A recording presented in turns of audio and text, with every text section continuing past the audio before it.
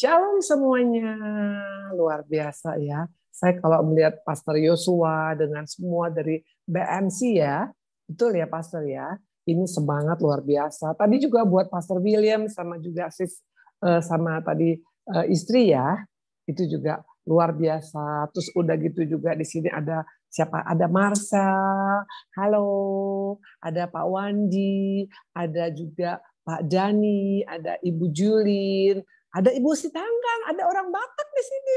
Waduh, aku banyak teman di sini ya luar biasa. Ada Ibu Pangolan, ada Bapak Steven, ada Bapak Jong, ada Jongli, ada Licun. Aduh banyak banget, ada berapa ratus juta ini. Coba kita lihat dulu. Ada 53 juta yang hari ini kerja beribadah ya, semua karena anugerah Tuhan ya.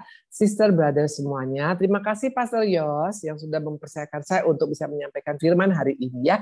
Oke, tidak berlama-lama. Pokoknya intinya kalau kita masih ada, ingat ya, kalau kita masih bisa ada, kita masih bisa memuji, menyembah, kita masih bisa beribadah, itu adalah anugerah Tuhan ya.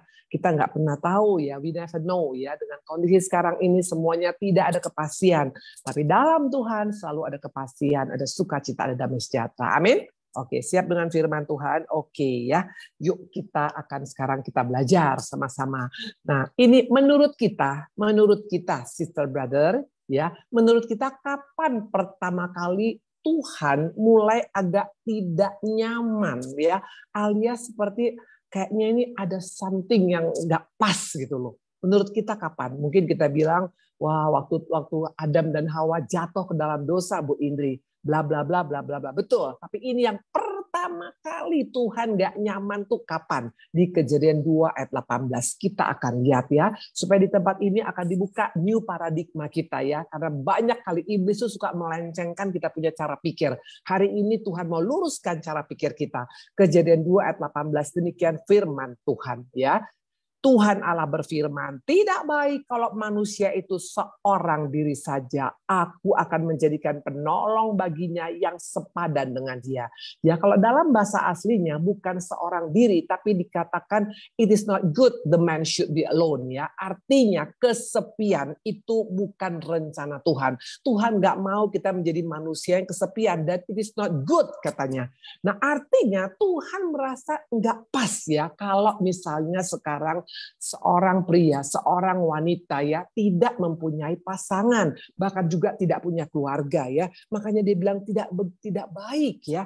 Nah, kenapa ya di sini Tuhan dikatakan ya, waktu Tuhan pertama kali ya, waktu Tuhan menciptakan cakrawala, bulan dan bintang, tumbuh-tumbuhan, binatang, Tuhan nggak ada berkata nggak baik, bahkan dikatakan semua baik. Bahkan terakhirnya sungguh amat baik, betul. Tapi waktu Tuhan menjadikan pria seorang diri, dia katakan ini kayaknya nggak klop nih, kayaknya nggak pas. Berarti apa yang dibutuhkan? Ada family yang dibutuhkan dalam satu keluarga. Ini sangat dibutuhkan. Nah, pertanyaan sekarang, emang kenapa rupanya Bu Indri kalau kita nggak punya keluarga? Ya, emang kenapa kalau saya seorang diri Bu Indri? Kan memang nggak harus mesti menikah. Ya, nggak ada yang salah dengan itu. Tapi kita akan lihat hari ini ya. Kalau kita mungkin belum punya keluarga di dunia ini, kita adalah keluarga kerajaan Allah. Jadi ingat, kita adalah warga negara kerajaan Allah. Jadi kalaupun kita nggak punya keluarga di dunia, kita punya keluarga di surga, ini lebih powerful lagi, betul? Nah, memang kenapa rupanya Tuhan begitu concern?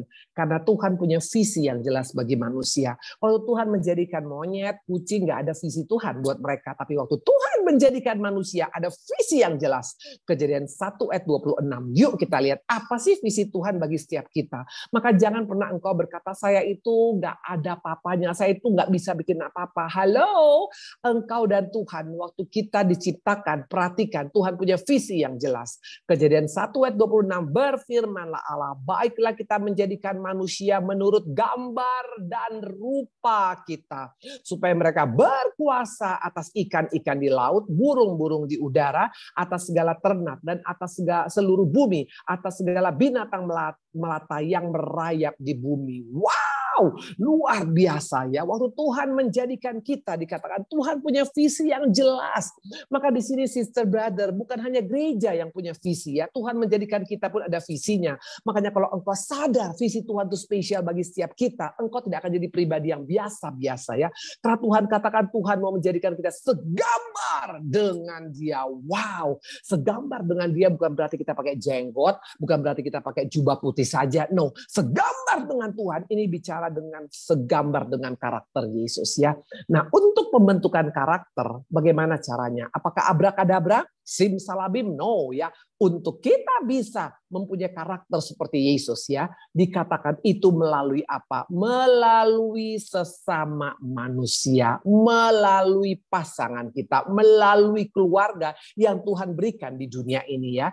Mana buktinya? Kalau kita bilang, tapi kan melalui pelayanan juga bisa Bu Indri segambar. Sorry to say, kalau engkau sekedar berkata dengan pelayanan kita bisa segambar dengan Tuhan, itu baik tapi nggak klop. Kenapa bilang? Karena pelayanan itu nggak kontrak mati 24 dan nggak 24 jam di udara, betul? Kalau dengan pelayanan, sometimes orang bisa pindah pelayanan, betul? Mungkin nggak suka dengan Ibu Indri, pindah pelayanan ke tempat lain. Nggak suka dengan Pastor Yos, bisa pindah. Nah itu makanya dikatakan nggak kontrak mati. Tapi kalau pernikahan itu kontrak mati. Sama kita juga menjadi warga kerajaan surga adalah kontrak mati. Nggak bisa tambal sulam. Kalau nggak cocok dengan Tuhan, ganti warga negara yang lain lagi. No, sekali engkau berkata aku mau jadi warga kerajaan Allah, artinya itu kontrak mati sama dengan dunia ini. Nah, mana buktinya bahwa melalui manusia kita bisa segambar dengan Tuhan? Buka Amsal 27 ayat 17 ya. Jadi salah satu sarana untuk kita punya karakter Yesus selain keadaan, Tuhan juga bisa pakai sesama kita. Amsal 27 ayat 17. Besi menajamkan besi, orang menajamkan sesamanya. Untuk kita bisa semakin segambar dengan Tuhan melalui ditajamkan oleh orang-orang di sekitar kita. Siapa mereka? Salah satu adalah keluarga kita ya. Nah, dikatakan pertanyaan kedua, pertanyaan berikutnya, memang kenapa Bu Indri kalau kita segambar dengan Tuhan? Apa yang spesial kalau kita segambar dengan Tuhan? Wow, ini yang iblis nggak suka.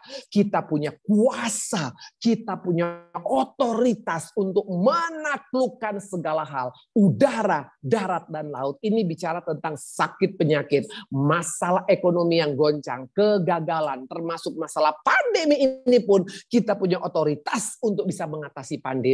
Makanya engkau dan saya tidak takut menghadapi apapun di dunia ini karena kita punya otoritas, kita punya kuasa waktu kita segambar dengan Tuhan. Garis bawah ini. Karena sering kali orang Kristen salah kaprah. Kita bilang saya punya kuasa otoritas tapi segambar dengan dunia. Enggak bisa. Harus segambar dengan Tuhan. Untuk segambar dengan Tuhan bagaimana caranya? Very simple. Waktu kita mau diproses melalui orang-orang di sekitar kita. Melalui siapa? Keluarga kita.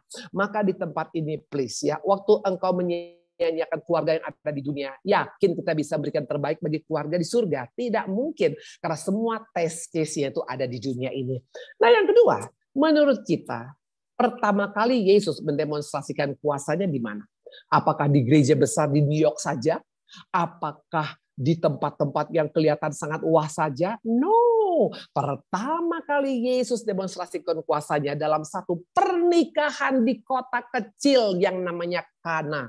Tidak main-main. Ini juga seringkali kita diputarbalikkan masih jahat. Si jahat mengatakan harus dengan yang wah baru Tuhan mendemonstrasikan kuasanya. No, pertama kali di keluarga yang kecil di Kana ya. Makanya kalau di tempat ini yang sudah pernah ke Israel, Kana itu bukan kota besar seperti Yerusalem, betul? Itu kota yang biasa-biasa, tapi di sana Tuhan mendemonstrasikan kuasanya ya. Kenapa bukan di rumah sakit Bu Indri? Kenapa bukan di usaha yang gagal? Kenapa bukan waktu orang mati dibangkitkan? Kenapa bukan di pemerintahan? Karena keluarga, pernikahan sangat penting di mata Tuhan. Mana buktinya? Buka Yohanes 2 ayat 11. Supaya di tempat ini jangan sampai engkau sia-siakan keluarga yang sudah Tuhan berikan kepada kita ya. Karena maafkan saya, waktu kita menyanyiakan kita yang rugi sendiri. Yohanes 2 ayat 11. Hal itu dibuat Yesus di Kana yang di Galilea sebagai yang pertama dari tanda-tandanya. Dengan itu ia menyatakan kemuliaannya dan murid-muridnya percaya kepadanya. Kapan pertama kali murid percaya kepada Yesus sebagai Tuhan? Waktu dilihat ada perubahan dalam satu pernikahan. Waktu air yang biasa-biasa menjadi anggur manis. Nah, ini yang membuat makanya penginjilan yang paling efektif, sister brother, garis bawahi. Penginjilan yang paling efektif bukan karena Ibu Indri pintar khotbah, bukan karena pendeta besar bisa KKR besar-besaran. Itu salah satu sebagian kecil, tapi yang paling efektif adalah waktu orang melihat keluarga Kristen. Ini kok beda, kok bisa masih tetap anggur manisnya ada sampai sekarang. Pada sudah menikah 1 tahun, 10 tahun, 20 tahun, 30 tahun. Apalagi yang tinggal di luar negeri. Ini sangat-sangat rancu, betul? Karena sering kali kita hanya sekedar mungkin menikah, tapi sekedar syarat, sekedar rutinitas, udah nggak ada komunikasi, udah nggak ada anggur manis. Waktu ini engkau dan saya biarkan, hati-hati, kita kehilangan kesempatan punya otoritas dan kuasa di akhir zaman ini. Maka dikatakan Yesus pertama kali bukan di gereja besar, no, di pernikahan. Karena apa? Pernikahan sekarang sudah Kristen, sekarang keluarga Kristen banyak mengadopsi pernikahan ala dunia yang mengatakan biasanya anggurnya itu awalnya saja, makin ke sana makin biasa. Yang cukuplah anggur KW1, KW2. Betul. Nah, ini banyak diadopsi oleh keluarga Kristen yang ngaku quote unquote kita Kristen, tapi udah nggak ada anggur manis, udah nggak ada kerukunan, yang ada piring terbang terus, yang ada no komunikasi, satu digenteng, satu dibawa kolong. Ini tidak akan membuat kita mengalami kuasa. Ya, maafkan saya kalau ada yang kesepet, bertobatlah kita, amin. Karena dulu saya punya rumah tangga seperti ini. Waktu rumah tangga saya mengalami pemulihan, di sana engkau tidak tahan. Betul, itu akan kau alami. Ada kuasa yang luar biasa. Ini curhat Tuhan yang sangat tidak main-main. Mungkin kita anggap ini biasa, tapi kalau engkau baca kata-katanya, ini curhatan Yesus yang sangat-sangat harusnya kita responi dengan benar. Matius 19 ayat 5-6. Ini curhat Yesus. Tuhan sering curhat loh, hanya sering kali kita nggak ngeh ya. Karena apa? Kita bacanya nggak pakai hati. Kalau engkau dan saya pakai hati membaca firman, kita bisa tahu ini adalah kerinduan Tuhan. Dan firman, ini adalah firman-Nya, artinya Yesus berkata, sebab itu laki-laki akan meninggalkan ayah dan ibunya dan bersatu dengan istrinya, sehingga keduanya menjadi satu daging. Demikianlah mereka bukan lagi dua, melainkan satu. Ini curhat daripada Yesus. Tuhan bilang bukan dua, tapi satu. Diulang lagi di Markus ya. Makanya dikatakan, tapi kalau kita lihat sekarang dunia, belum apa-apa sudah taki-taki, betul. Sebelum menikah udah bikin harta gono gini, betul. Takut nanti kalau cerai. Waktu engkau imankan engkau cerai, makanya nggak heran terjadi perceraian. Padahal Tuhan katakan sekali engkau mengambil keputusan di altar yang kudus berkata yang dipersatukan oleh Tuhan tidak bisa dipisahkan oleh manusia oleh pada kematian. Ini pegang sebagai kekuatan kita. Karena waktu engkau sudah mulai taki-taki, belum lagi menikah sudah taki-taki. Nanti kalau gue tuai gue diceraikan, bertobatlah kita, betul? Nah, ini adalah karakter yang tidak baik. Ini pola pikir yang salah. Dulu saya punya pola pikir seperti ini. Nanti kalau gue udah tuai, nanti ditinggal. Akhirnya tidak ada damai sejahtera, tidak ada kerukunan. Nah, itu yang ketiga, yang kedua ya. Nah, ingat, kita menjadi saksi Kristus, sister, brother, di mana? Bukan di mimbar. Tahu di mana? Yerusalem dulu.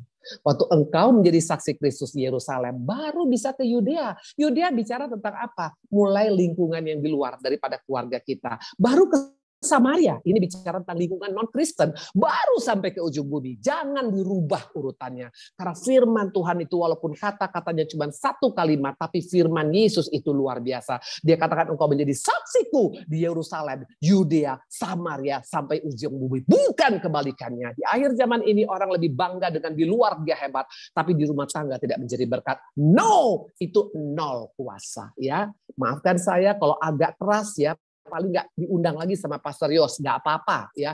Karena buat saya aku bukan hidup dari undangan, aku hidup dari apa kata Tuhan ya. Oke. Nah, yang ketiga, menurut kita kapan terobosan doa yang paling powerful? Apa waktu pendeta besar berdoa, pendeta Amerika yang sangat terkenal seperti Pastor Benny Hinn, atau mungkin seperti Maurus Cerullo, atau mungkin pendeta-pendeta besar yang berdoa, bagus, itu nggak ada yang salah. Tapi yang luar biasa, Yesus mau meluruskan hari ini. Kuasa doa, terobosan doa yang paling luar biasa. Buka Matius 18 ayat 19. Supaya di tempat ini jangan kita ikut-ikutan dengan pendapat dunia. Kita belajar dari apa kata Tuhan. Matius 18 ayat 19. Dan lagi aku berkata padamu, jika dua orang daripadamu di dunia ini sepakat meminta apapun juga, permintaan mereka akan dikabulkan oleh Bapakku yang di surga. Wow, luar biasa. Kalau kita sepakat dalam keluarga, suami istri, anak orang tua sepakat, apa saja yang kau minta Tuhan akan berikan. Apalagi kalau kita sepakat dengan Tuhan, sepakat dengan firman, apapun yang kau inginkan Tuhan pasti akan berikan. Makanya jangan pernah pikir saya belum berkeluarga, Bu Indri. Ingat, kita adalah warga negara kerajaan surga. Engkau dan saya tidak punya pasangan. Kita sepakat dengan Tuhan, doa kita powerful. Sepakat dengan firman, doa kita powerful. Waktu kita dikatakan punya anggur manis dengan Tuhan, kasih mula-mula kita tidak berkurang dengan Tuhan. Itu bicara tentang puasa. Karena waktu kita nggak punya anggur manis, dimuntahkan oleh Tuhan. Ya, kata Tuhan seperti itu. Tuhan muntahkan kita bukan karena kita bau, bukan karena nggak mandi, tapi karena kita tidak punya kasih yang mula-mula lagi. Jadi artinya ini mewakili keluarga di dunia ini, mewakili hubungan kita dengan Tuhan, ya. Yang keempat, menurut kita Tuhan sampai punya inisiatif untuk memberi kita berkat berkelimpahan sampai selama-lamanya kapan? Apakah kita punya ahli waris konglomerat? Apakah kita anak konglomerat? No, Mazmur 133 ayat 1 sampai dengan 3.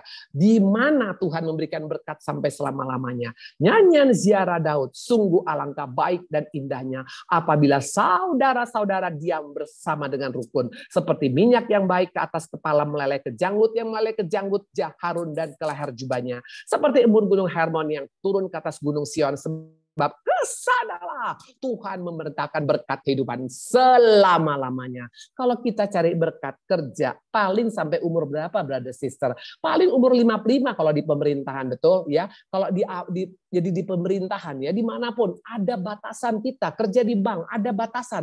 Tapi kalau berkat dari Tuhan itu forever and forever. Tapi kapan kita mengalami waktu keluarga rukun? Iblis tidak suka dengan ini. Iblis tidak happy dengan ini. Jangan pernah pikir setiap Tuhan punya rencana besar bagi umatnya, iblis tinggal diam. No, dia itu punya networkingnya sangat luar biasa. Dia kupingnya tajam. Dia tahu rencana Tuhan bagi keluarga-keluarga Kristen. Dia tidak happy. Maka pertama kali yang dihancurkan iblis bukan orang bisnis. Tahu? Bukan karena masalah karir. No. Buka Kejadian 3, 4-5. Ini yang pertama kali diarahkan iblis kepada keluarga Kristen. Karena dia tahu kalau keluarga seperti yang maunya Tuhan berbahaya. Kejadian 3, 4-5. Tetapi ular itu berkata pada perempuan itu, sekali-kali kamu tidak akan mati. Tapi Allah mengetahui pada waktu kamu memakannya, matamu akan terbuka dan kamu akan menjadi seperti Allah. Tahu tentang yang baik dan yang jahat, garis bawahi menjadi seperti Allah. Ini panah yang diluncurkan oleh si jahat. Dia bikin kita, engkau itu spesial banget, engkau tuh sama seperti Allah. Makanya tidak heran di akhir zaman ini banyak orang-orang kena panah iblis, keluarga Kristen kena panah iblis. Makanya ego yang bicara, bukan lagi di luar ego. Mana buktinya? Bukan lagi all about us, tapi all about me. Padahal Tuhan berkata waktu dia mau memberkati manusia, baiklah kita menjadikan, baiklah kita itu ada 3. Bicara Bapa, Putra, dan Roh Kudus. Allah itu mengajarkan kesatuan, unity. Tapi iblis mengajarkan engkau seperti Allah. Gimana engkau saja, suka-sukamu saja, egomu saja. Makanya waktu dalam keluarga ego di atas segala-galanya. Tidak heran makanya keluarga itu pasti akan hancur. Waktu seorang suami memakai egonya lebih daripada Tuhannya, tidak akan mungkin bisa bertahan. Waktu istri pakai ego, makanya mulai saling menyalahkan, saling membenarkan diri sendiri, saling mengikat-ikat kesalahan, suka ngeles dan seterusnya. Itu semuanya lahir daripada ego yang tidak bisa dikontrol. Hati-hati, waktu engkau pakai ego dengan saya, tidak akan bisa kita mempunyai keluarga seperti yang maunya Tuhan. Waktu kita juga pakai ego dengan Tuhan, tidak akan bisa kita melakukan apa yang menjadi keinginan daripada Bapa di surga, betul? Nah, di sini awal kehancuran daripada keluarga-keluarga di Alkitab. Baca, keluarga-keluarga yang hancur di Alkitab itu bukan keluarga orang non loh. Itu semua orang-orang yang harusnya diberkati Tuhan luar biasa. Hancur gara-gara ego. Contohnya adalah apa? Kita lihat keluarga Abraham dan Sarah ya. Keluarganya juga mengalami. Bahkan efeknya sampai hari ini. Kenapa bilang? Karena waktu seorang istri yang dominan. Makanya di sini marah istri-istri, saya lihat dulu. Istri-istri yang dominan tuh kelihatan. Wajah istri, badan istri lebih besar daripada badan suaminya ya. Nah, kalau di sini William sama Cecilia saya lihat yakin ya. Nggak tahu Sisil mungkin duduknya di belakang, makanya kelihatan lebih kecil ya. Tapi biasanya kalau misalnya sekarang istri yang ego itu kelihatan ya, badannya lebih besar daripada suami. Suami makin kecil dan pucat, betul? Karena apa? Menderita batin mungkin. Saya ada punya pelayanan ya, luar biasa. Ini ibu luar biasa. Ibu ini luar biasa. Suaminya sangat-sangat takut dengan dia. Sampai terakhir tidur pun suaminya ini harus dibilang belok kanan, belok kiri. Bayangkan. Untuk posisi tidur pun suaminya harus diatur. Terakhir suaminya kena stroke. Bayangkan, padahal suami yang aktif luar biasa, posisi yang luar biasa di pemerintahan, karena punya istri yang kayak banteng ketaton, akhirnya kena stroke, sampai meninggalnya stroke. Bayangkan, tidur aja pun mesti diatur belok kanan, belok kiri. Di sini istri-istri yang seperti itu, bertobatlah engkau ya, bertobatlah, karena Tuhan nggak punya rencana seperti itu pada setiap kita.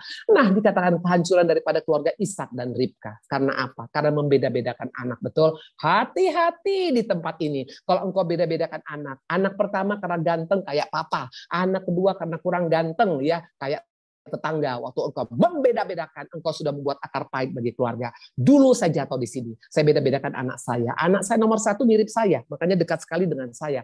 Anak nomor 3 laki-laki agak pendiam, makanya agak jauh dari saya. Saya pikir itu wajar aja kalau dia pendiam. Ya mungkin dia pendiam, tapi suami saya ngomong, kamu membeda-bedakan anak. Kalau kamu pertahankan, anak kamu akan hilang dari kamu. Di sana saya minta ampun sama Tuhan. Saya bilang, ampuni aku Tuhan. Saya minta waktu 6 bulan baru bisa ngomong dengan anak saya, ngajak makan ke restoran. Bayangkan selama bertahun-tahun saya membeda-bedakan.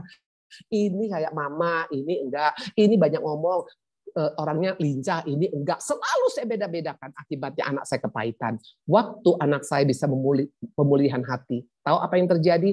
Nilainya dulu yang do re mi, nilainya 1, 2, 3. Asal ditanya kenapa, dia bilang tahu, hanya begitu. Ya, waktu dia mengalami pemulihan, tahu apa yang terjadi? SMP 2 tahun, SMA 2 tahun, sekarang spesialis di Jerman. Luar biasa. Ada kuasa doa waktu kita tidak membeda-bedakan anak kita. Yang ketiga, kalau kita lihat keluarga, kehancuran daripada keluarga siapa? Keluarga daripada Ayub, hancur, betul? Mana bukti hancur? Dia bilang istrinya seperti perempuan gila. Ya, di sini mari ya, enggak lagi waktunya membuat jatuh mental pasangan kita. Pasangan lagi jatuh, jangan dong bilang dasar emang kamu goblok. Makanya lain kali lu dengar omongan gua, itu bukan membangun. Ya itu ego yang berbicara. Ya, dikatakan Ayub berkata, kutukilah Allahmu. Makanya dikatakan Ayub engkau seperti perempuan gila. Hati-hati, ini keluarga orang-orang benar semua loh. Enggak jadi jaminan. Siapa lagi Saul? Kalau kita lihat Saul itu dengan anaknya kata-katanya kasar. Dia bilang anak sundal. Hati-hati dengan trademark, hati-hati dengan suka mencap anak kita bodoh atau suami istri kita misalnya sekarang bodoh atau males, itu akan terjadi ya. Makanya dikatakan keluarga Saul juga hancur. Bayangkan mereka mati semua bergelimpangan seperti orang yang tidak takut akan Tuhan ya. Siapa lagi? Mikael, kita lihat bagaimana dia begitu menghina suaminya depan dayang-dayang ya. Pada saat sekarang ini semua contoh-contoh yang saya berikan itu contoh-contoh orang yang dari orang yang mengenal kebenaran, tidak jadi jaminan. Terakhir siapa? Lot. Kita lihat kenapa istri Lot jadi tiang garam. Ini tidak main-main loh Bapak, Ibu-ibu, padahal ini adalah ponakan Abraham, Bapak orang percaya. Kenapa jadi tiang garam? Karena dia melihat ke belakang. Kenapa dia melihat ke belakang? Karena istri Lot itu tawar hati kepada suaminya. Tahu kenapa? Salah satu di antaranya adalah waktu suaminya berkata kepada orang-orang di Sodom, waktu mereka mau minta 2 tamu supaya dikeluarkan untuk mereka pakai, karena Sodom bicara tentang sodomi. Dibilang oleh Lot apa? Jangan ganggu tamu saya. Kalau mau pakai 2 anak saya perempuan yang masih ting-ting. Bayangkan, lebih membela orang lain daripada keluarga sendiri. Istrinya tawar hati, makanya menjadi tiang garam. Ini bicara tentang keluarga-keluarga yang ego. Waktu suami ego, waktu istri ego, waktu anak-anak ego, waktu orang tua ego, engkau tidak akan bisa punya keluarga yang seperti maunya Tuhan. Nah, caranya bagaimana Bu Ibu? Simple. Pakai KASIH, kasih. Hanya waktu kita kasih center, ya Jesus center, baru kita bisa membangun keluarga yang rukun. Dengan engkau hanya sekedar kaya, engkau sekedar pintar saja, dengan sekedar kita sukses saja, enggak jadi jaminan. Tapi kalau kita Christ center, kalau kita pakai kasih, maka kita bisa membangun keluarga seperti maunya Tuhan. Ciri khas orang yang punya kasih, ya ada 9M, ya bukan pakai masker, bukan mengatur jarak, bukan mencuci tangan. Yang pertama, gampang ngalah. Seperti Abraham dan Lot ya. Abraham bilang ya it's okay, lu ke kanan, gue ke kiri, lu ke kiri, gue ke kanan. Nggak ngotot. Di sini yang muka-muka ngotot coba saya lihat ya. Kadang nggak bisa dibohongi ya. Suka ngotot itu dia punya lehernya itu dia punya nadinya besar sekali ya. Sampai seperti tiang bendera ya seperti itu. Oh tuh engkau pakai ngotot nggak bisa. Ada kalanya kita ngalah. Abraham itu kurang apa? Udah dia omnya, dia yang diberkati Tuhan. Lot ini kecipratan berkat, tapi nggak tahu diri. Tapi dia nggak bilang dasar lu nggak ingat kalau bukan karena gua. No, dia ngalah. Makanya kenapa Tuhan katakan dia diberkati luar biasa. Hak kita di tangan Tuhan, nggak perlu ngotot karena pembelaan Tuhan jauh lebih powerful daripada pembelaan kita. Waktu saya tinggalkan Medan tahun 1997, saya tinggalkan semua loh brother sister. Saya tinggalkan semua aset-aset orang tua, semua saya tinggalkan. Memang orang bilang bodoh, tapi percayalah, kalau pemeliharaan Tuhan, engkau bisa bertahan sampai hari ini, itu anugerah Tuhan. Saya tidak takut dengan apapun yang tidak saya punya, karena saya punya Yesus yang luar biasa. Yang kedua, orang yang punya kasih itu gampang mengampunin. Seperti Stefanus, bayangkan dirajam oleh batu, dia masih sempat-sempatnya berkata, Bapa ampuni mereka, mereka tidak tahu apa yang mereka perbuat. Waktu engkau gampang mengampuni, tidak menyimpan kepahitan, ini produk kasih. Orang yang ngotot berkata, nggak bisa saya ngampunin, terlalu sakit. Kita produk egonya kuat. Makanya tidak mungkin ada kerukunan. Saya pernah ada di sana 8 tahun nggak bisa mengampuni suami saya. Rugi sendiri. Muka hancur dan saya koma dibawa ke Singapura. Rugi. Iblis paling suka dengan orang yang pakai produk ego. Tidak mengalami janji Tuhan. Yang ketiga, orang yang pakai kasih. Memberi kesempatan. Siapa sih yang nggak pengen berubah? Kasihlah kesempatan buat pasangan kita, buat anak-anak kita, buat orang tua kita. Semua orang pasti mau berubah lebih baik lagi. Karena Yesus memberikan kesempatan kepada perempuan pezina yang ketangkap basah. Dia katakan, aku pun tidak menghukum, don't do it again. Ya. Nah, waktu dulu saya orangnya terlalu saklek. Ya. Tidak ada pengampunan, ya. Tidak ada kesempatan. Akhirnya rugi sendiri. Tapi waktu kita berikan kesempatan, di sana perubahan total terjadi. Karena ingat, kasih bisa mengubahkan segala sesuatu. Ya, dengan ego tidak akan lebih baik lagi. Yang ada makin hancur. Yang keempat, melakukan perbuatan baik tanpa syarat. Ini ciri orang punya kasih. Ya, enggak hitung-hitungan. Siapa di sini yang suka masih pakai kalkulator? Coba saya lihat. Karena mukanya kayak kalkulator pasti. Kalau yang suka pakai kalkulator ya, suka bilang, sampai kapan Bu Indri saya mesti baik? Mukanya kayak kalkulator. Ada angka 1, 2, 3, 4, 5. Coba saya lihat mukanya. Nah, di sini nggak ada yang muka kalkulator. Berarti semua orang baik semua di sini. Oke? Yang kelima, orang yang pakai kasih itu pasti empatinya tinggi ya. Empatinya tinggi ya. Seperti Yesus, empatinya tinggi sekali ya. Waktu kita nggak pakai empati ya, kita bukan pakai kasih, tapi pakai ego.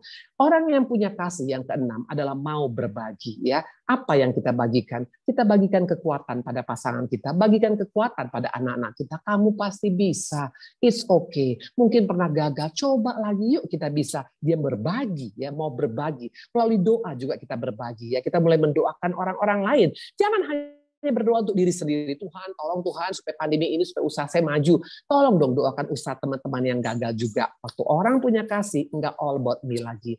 Yang ketujuh, orang yang punya kasih mau berkorban, bukan mengorbankan orang lain. Bagaimana dengan kita? Apa yang paling sering kita susah korbankan? Mau mendengar. Sister, brother, dalam rumah tangga kadang-kadang bukan masalah harus punya uang banyak. Coba dengar waktu istri berbicara. Coba dengar waktu suami bicara. Coba dengar waktu anak berbicara. Jangan bilang, ya, saya sudah tahu. Itu bukan orang yang punya kasih. Yesus punya kasih kepada perempuan Samaria. Bayangkan perempuan Samaria yang 5 kali kawin bisa bertobat. Bahkan dipakai sebagai penginjil pertama. Diawali dari memberikan waktu untuk mendengar. Di tengah panas terik, Yesus memberikan waktu untuk mendengar. Perempuan ini bisa diubahkan. Yang kedelapan, mau merendahkan hati alias mau mengaku kesalahan. Jangan pernah pikir bapak-bapak, ibu-ibu nggak bisa salah kepada anak-anak. Bisa. Saya kemarin melakukan kesalahan pada anak saya. Baru kemarin, kurang lebih seminggu yang lalu.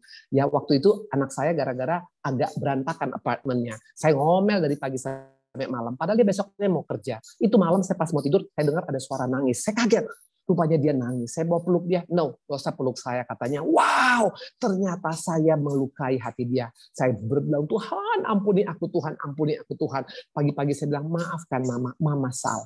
Ya, ada kalanya kita pikir, tapi kan orang tua wajar Bu Indri ngomong, please lah ya, jangan menjadi otoriter ya. Yesus nggak pernah otoriter sama kita. Waktu kita dengan lemah lembut, kita dengan kasih, walaupun kita menegur, itu ada power yang luar biasa. Bukan dengan kasar, bukan dengan semaunya gua.